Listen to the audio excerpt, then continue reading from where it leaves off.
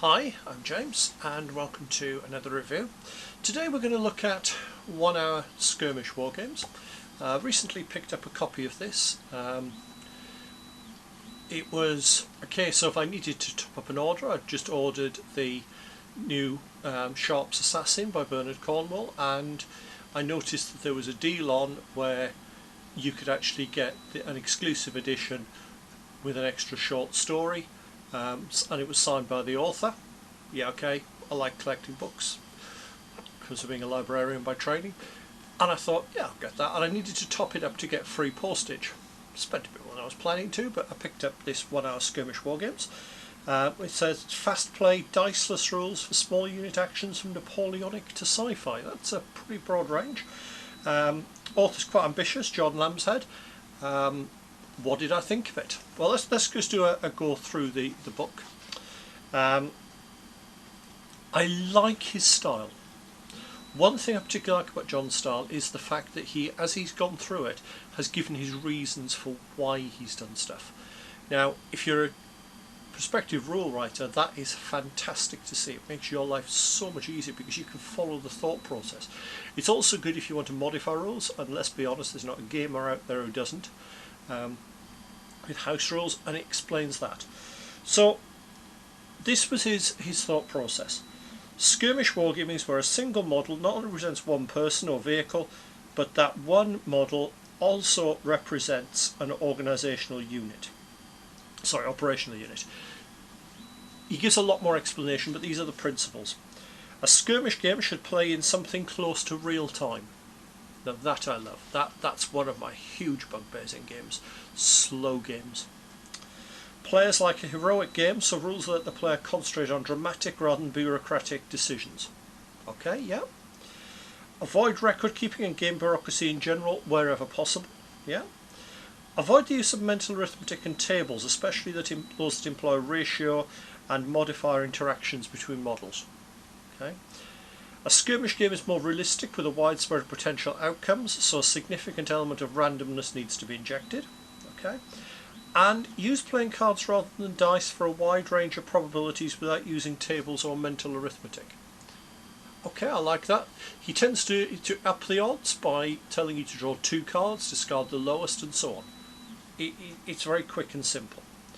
So we come to slightly misplaced. It's got the early days of firearms, and then you have the core rules. I would put the core rules prior to that, but okay, it's not a major drama. I remember one of the first books I got on Wargaming by Donald Featherstone did exactly that. You had the core rules for Ancients, and every time you went up a period, it was modified.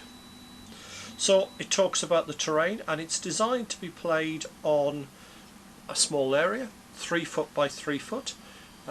Talks about the different types of terrain, which is area and linear. I like that. That's a nice way to differentiate. It's how I'm doing it in the rules that I'm currently writing.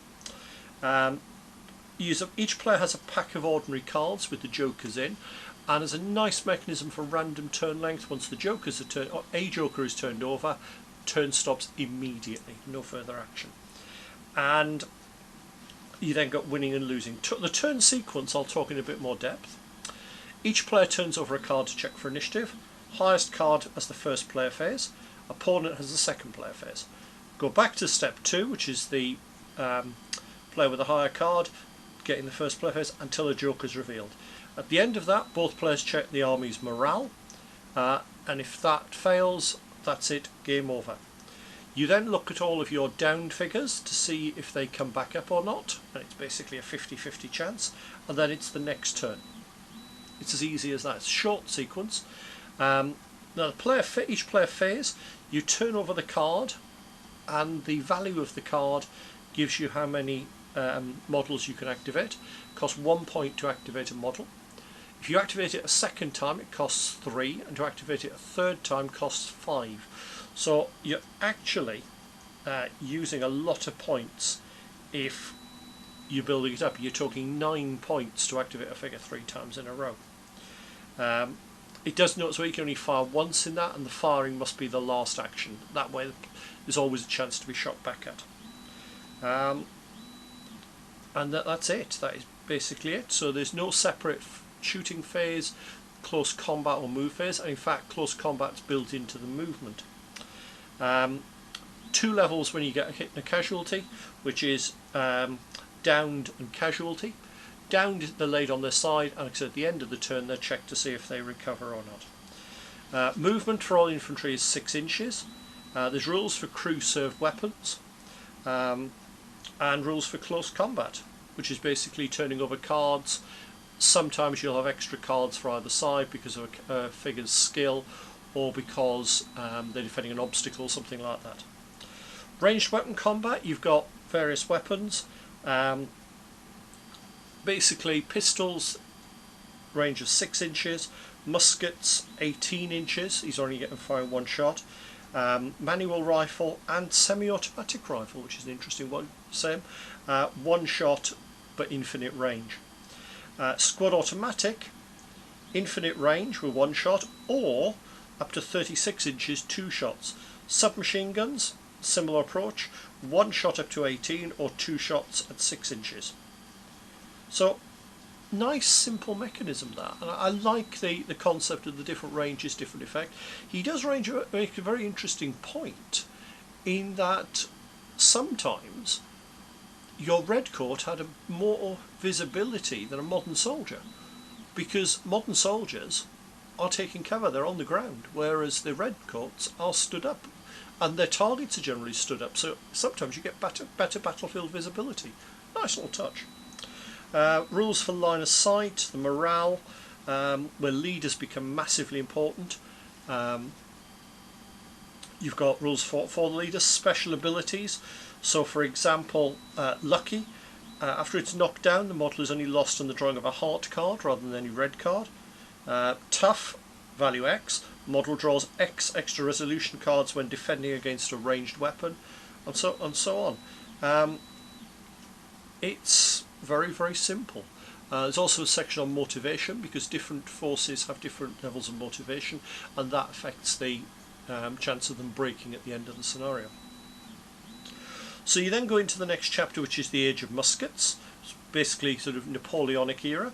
There's a nice little scenario, Capture the Cannon, where the British have captured French cannon and the French are trying to get it back. Basically a force of 7 redcoats and 4 60th rifles. Nice touch, you used the 60th rather than the 95th. And there's a nice rule that muzzle loading rifles take 2 actions to fire because of the extra reload time. I like that, it's a nice little touch. But they then have an infinite range instead of the 18 of the musket. The French then have got 6 cavalry and 6 voltigeurs.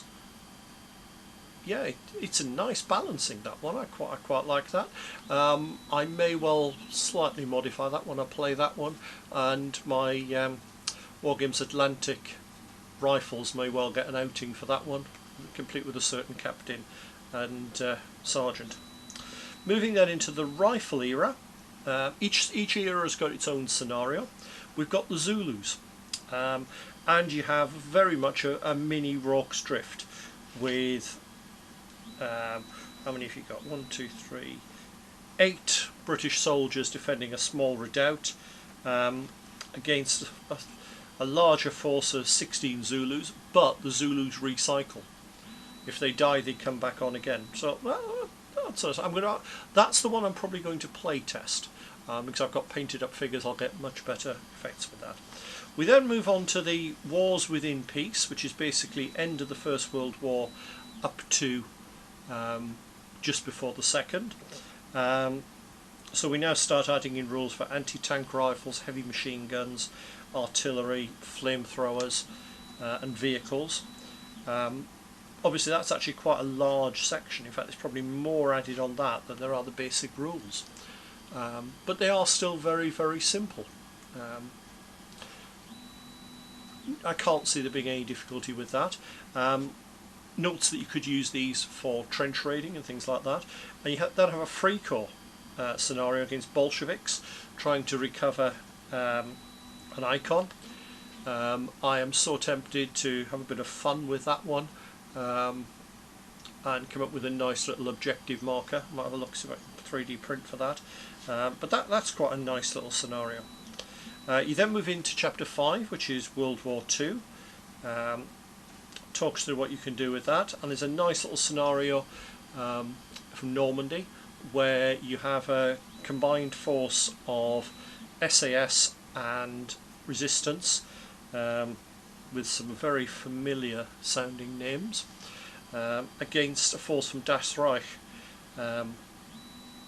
This is probably the largest scenario, I think. You've got the Das Reich have got 12 figures plus an armoured car and a Hanomag and a truck, against what have we got? We've got an SOE agent, 3 SAS and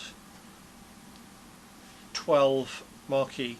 So bigger scenario, but that's still not a lot of forces to put that together.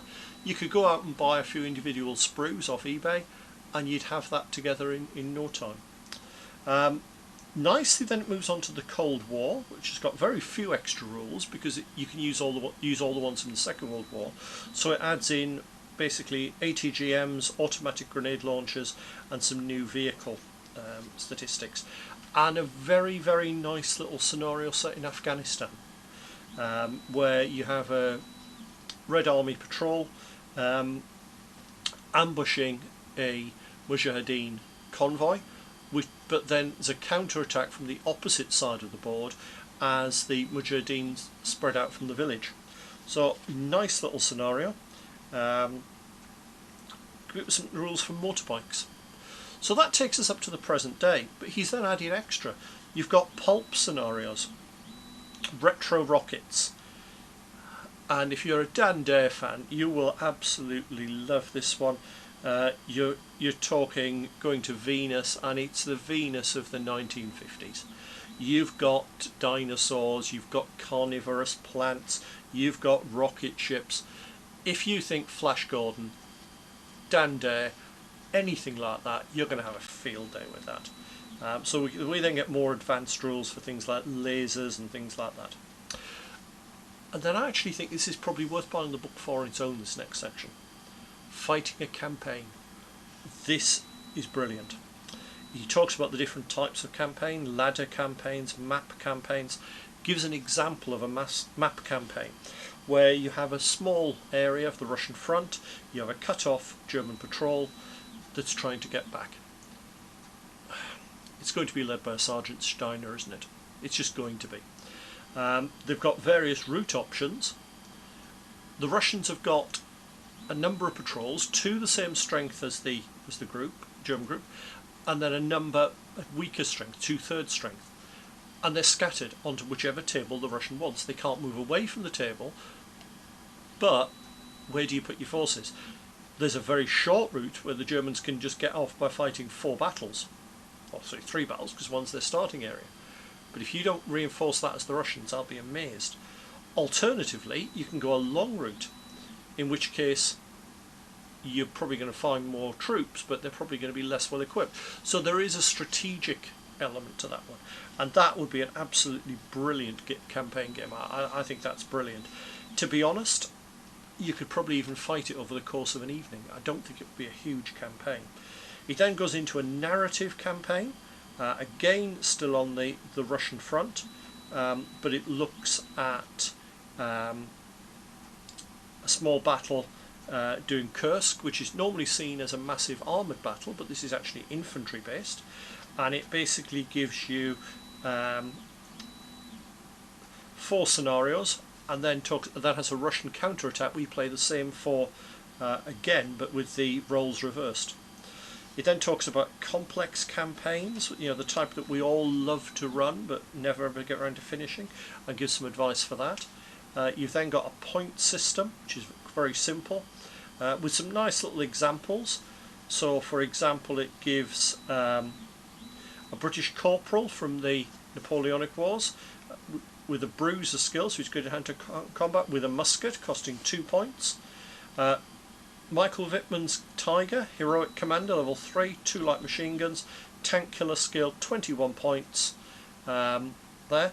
And Sergeant Gordon's Sherman Firefly, Joe Elkins, Deadshot, level 3, 1 light machine gun, tank killer, at 19 points.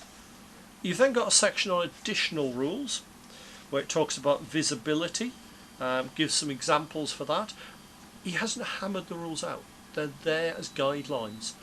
If you are a big fan of some of the things that Jim Webster was bringing out in the 1990s, you'll recognise a lot of the similar mindset. This is a suggestion box. Go away, play with it, make it your own.